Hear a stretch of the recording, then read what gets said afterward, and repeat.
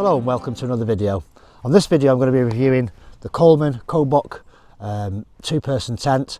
This originally was going to be this is the original tent, should I say, that I bought for e-bike camping, but I went with the FE Active in the end, primarily because I can shed a little bit of weight. I've had this tent for a while. I've used it once, so I just thought I'd do a review and let you guys see what it's like, take you through some of the specifications.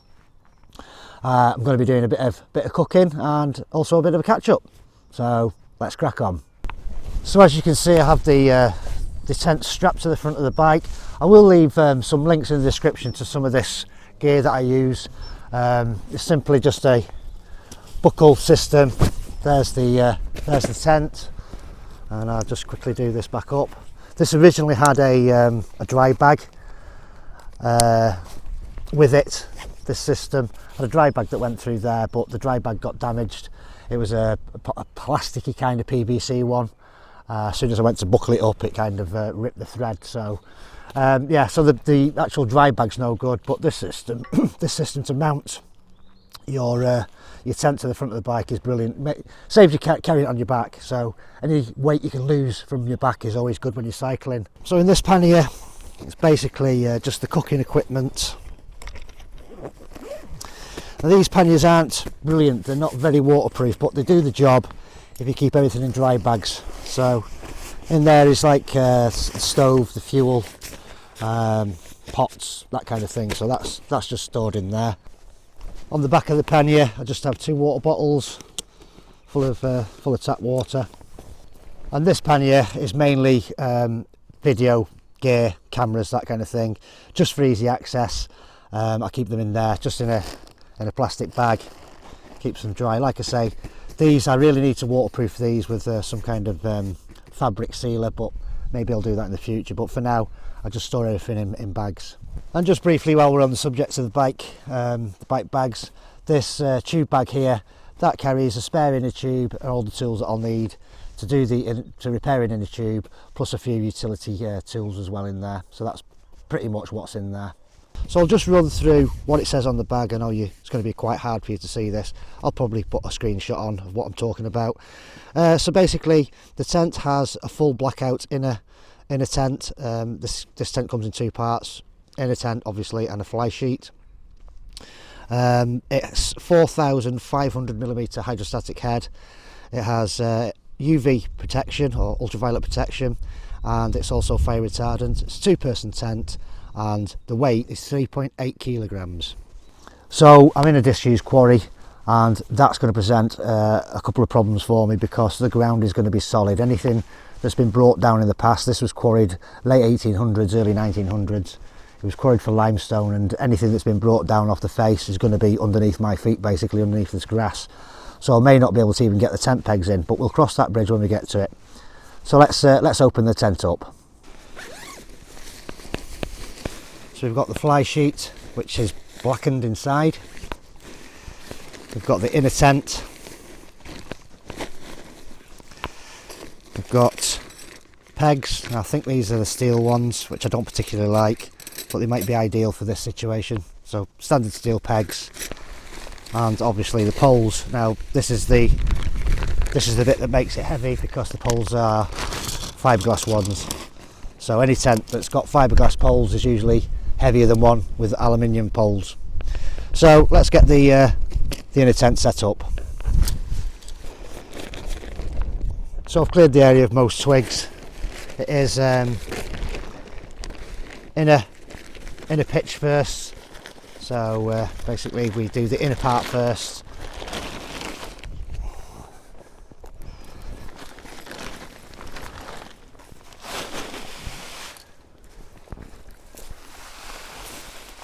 Some orientation on it, that'll be good there. Remove a few more twigs here. Right, let's see if we can actually get some pegs in.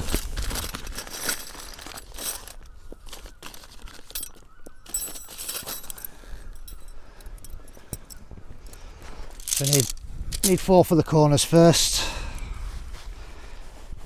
They're not brilliant, but it'll do.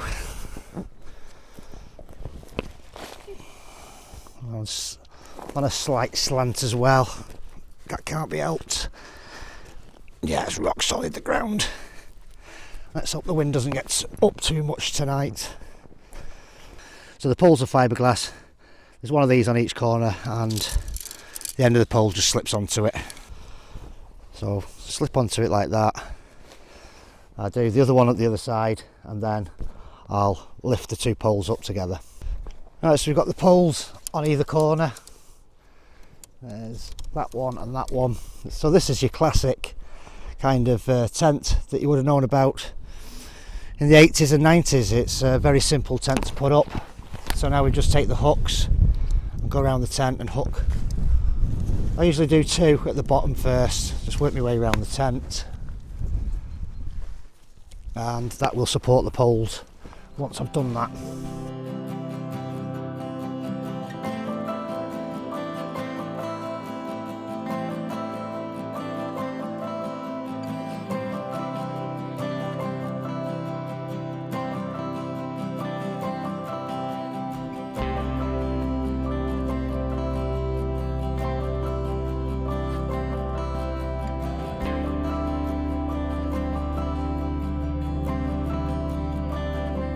So that's supporting it quite nicely. Now I can just come in and do the rest of the hooks.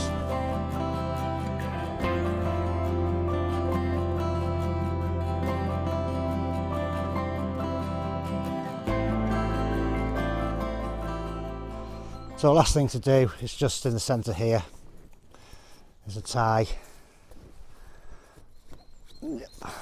Just tie a knot in that, or a bow should I say. Make sure your poles are regularly spaced. I just put an overhand bow in it like that, and that just lifts up the centre of the inner tent. Okay, so before I put the fly on, we've just got, I'll just show you that we've got some meshing on this side, which is good for ventilation. So this section here is meshing, and we've got the same on the other side.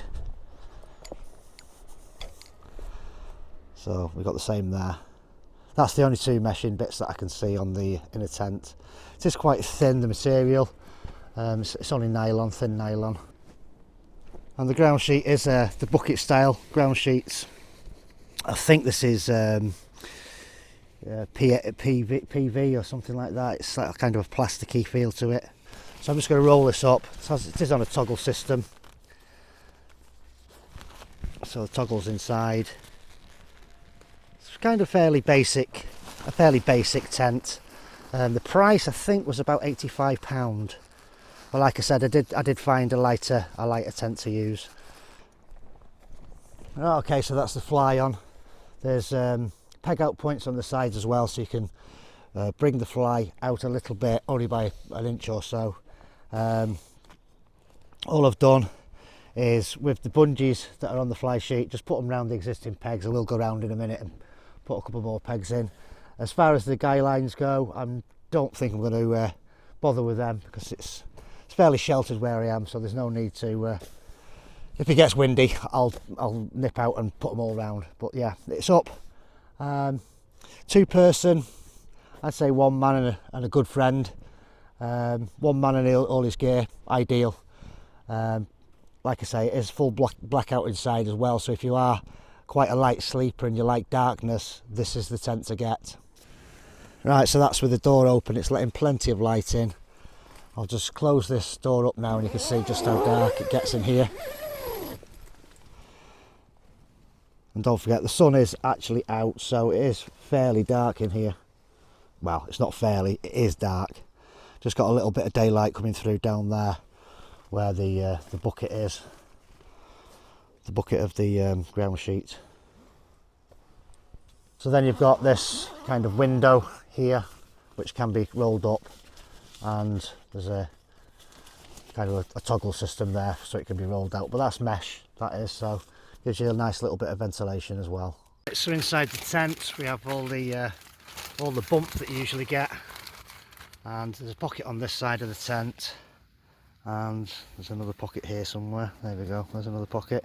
Okay for storing your phone and your keys, that kind of thing. It is very thin material, so don't put anything too heavy in there. but I usually just put my keys and my phone, spare batteries, that kind of thing. So there's a look into the tent with the ground sheet. Like I say, it is kind of this plastic material. There's the rest of my gear over there. I need to get all that in here now. It's only about 3 o'clock in the afternoon. Another look up at the quarry here. Rock climbed that a few years ago, and quite a few years ago. So I was saying before about using an additional ground sheet. Now, when I used it last, the ground was wet. I don't think it was coming through the actual ground sheet, the wetness of the grass. I think what was happening was, because it was a cold night, I had my roll mat, my DD roll mat, and when I lifted it up in the morning, it did feel it is wet basically. And I think that's condensation, because obviously when you're lying on an inflated mat, and we're talking, mine's only about that thin, it's going to warm the air up inside the mat, and then obviously cold ground against a warm mat is going to create condensation. So I would say you could get away with using just the ground sheet without having an additional ground sheet or a footprint underneath the tent. So all the rest of the gear's in here now. There's my bag. I think that's a 40 or 50 litre rucksack. That's the one that I use for it when I'm bike camping. It's nice and compact, and you can see there's plenty of room. I'm just knelt inside the doorway here, but plenty of room for a sleeping mat and sleeping bag and all the rest of that kind of stuff, which is what I'm going to get out next. Right, so let's start unloading some stuff. I'm just going to show you my 2 torches to begin with. This is the Petzl Tikka head torch. Brilliant little bit of kit. 3 AAA batteries. Most of the stuff that I use uses AAA batteries. So you've got the AAA batteries in the back there. Got 3 settings. It's not going to show up very well in daylight. And then once you've I don't know if I can show you this, but it does glow in the dark. Probably show you that a bit later on, but that little ring does glow in the dark. 3 settings. It has got a red torch as well. Obviously it's not showing up very well in this light. So yeah, Petzl Tikka, brilliant, hands-free bit of kit. Does come with a whistle as well. So brilliant bit of kit. And then we've got the what's this one, the PT Brynite PT Oathkeeper torch. There's a few settings on this. This is mainly for when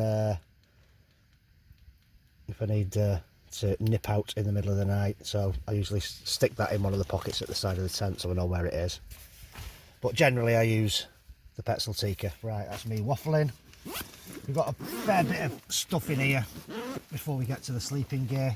It does open 3/4 of the way, the bag, so we've got the fleece in case it gets cold. We've got a bit of food here, which we'll put in later on. We've got some camera gear in here. When it comes night time, I usually use a DSLR camera, and obviously I need something to light me up with if I'm doing stuff. That's just a switch for the camera, so I can do long exposures. Might try that later on. And in the other bag's just some batteries. So there's the sleeping bag. Got some cooking oil in here as well. Brand new frying pan, guys. I've treated myself. The old one was getting a bit worn and knackered, so I've gone for quite a cheap, I think the pancake pans. It's non-stick. It's only a cheap one, but I'll get a few years out of it, and I'm leaving the handle on this one, guys. So I'm leaving the handle on. So as you'll know, my frying pans leave the handles because I can't be doing with it and I rip them off. Right, so there's the 2 sleeping bits. I think inside there's the pillow. Yeah, there's the pillow in there. So obviously you can see that it's in a dry bag. Anything you want to keep dry in a dry bag. You never know in this country when it's going to rain. So the roll mat we've got today is, I think this is the only one I've got left actually. The DD inflatable mat. This is the regular size coffin one. This is designed for hammocks, but it does me. And we've got the Mammoth Always Summer down sleeping bag. Plus a little bit of luxury. Trekology Aloofed 2.0 self. Well, I don't think it's self-inflating actually. No, it's not. Yeah, so the Trekology Aloofed pillow for a bit of comfort.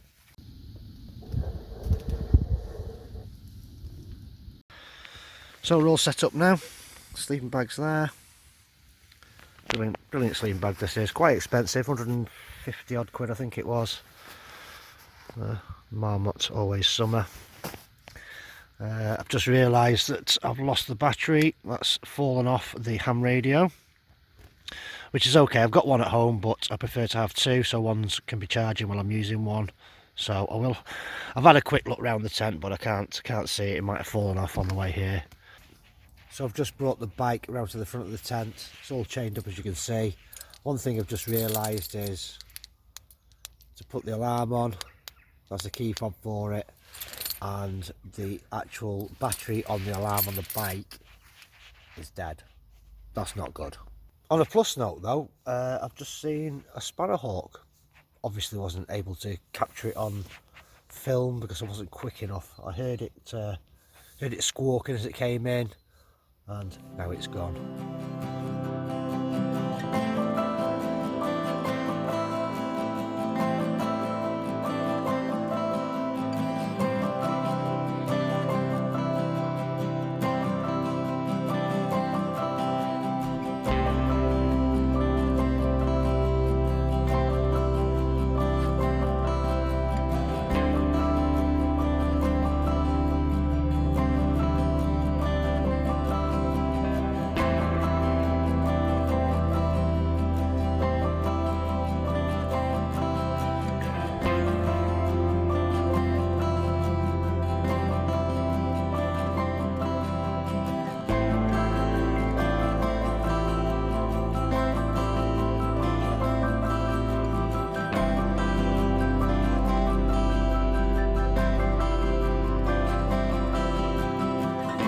Right, so I've got haggis. I love haggis. Some mushrooms, 3 premium sausages, and some nice fried eggs. Right, so the evening's entertainment has just started. I've brought my Kindle with me. I'll see you all in the morning.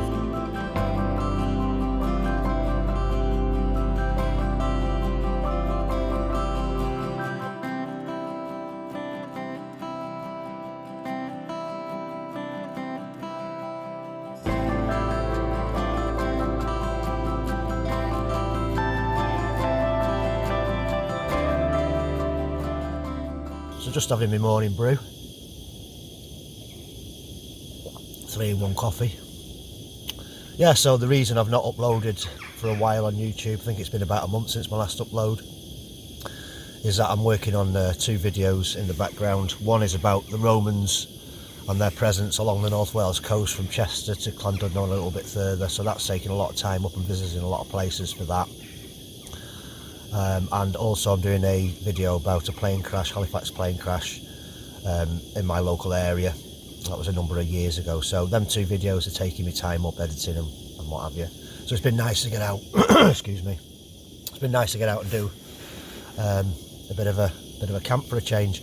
Last night I had a dabble at long exposure photography for the first time, and here's some of the results.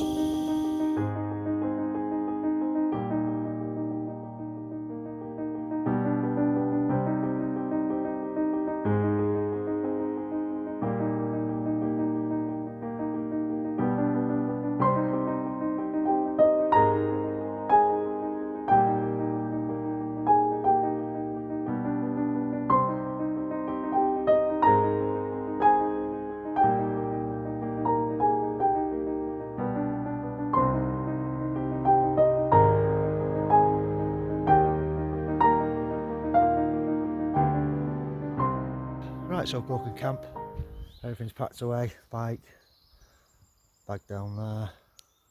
I've checked the area where I camped, make sure I've not left anything behind, just a bit of flattened grass, and also down here is a fire pit that kids have been using, so I took a bit of that rubbish as well with me.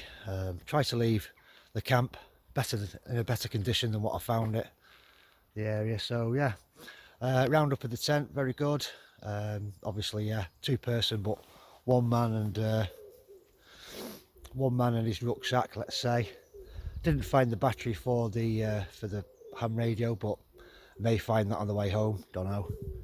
And I've taken the bike alarm off the bike, so that needs new batteries. I've got to find a screwdriver small enough to get the screw out so I can put new batteries in it. Right, that concludes this video. Thank you for watching. Give me a thumbs up, leave a comment, please like and subscribe as always, and I'll see you on the next one. Thanks for watching.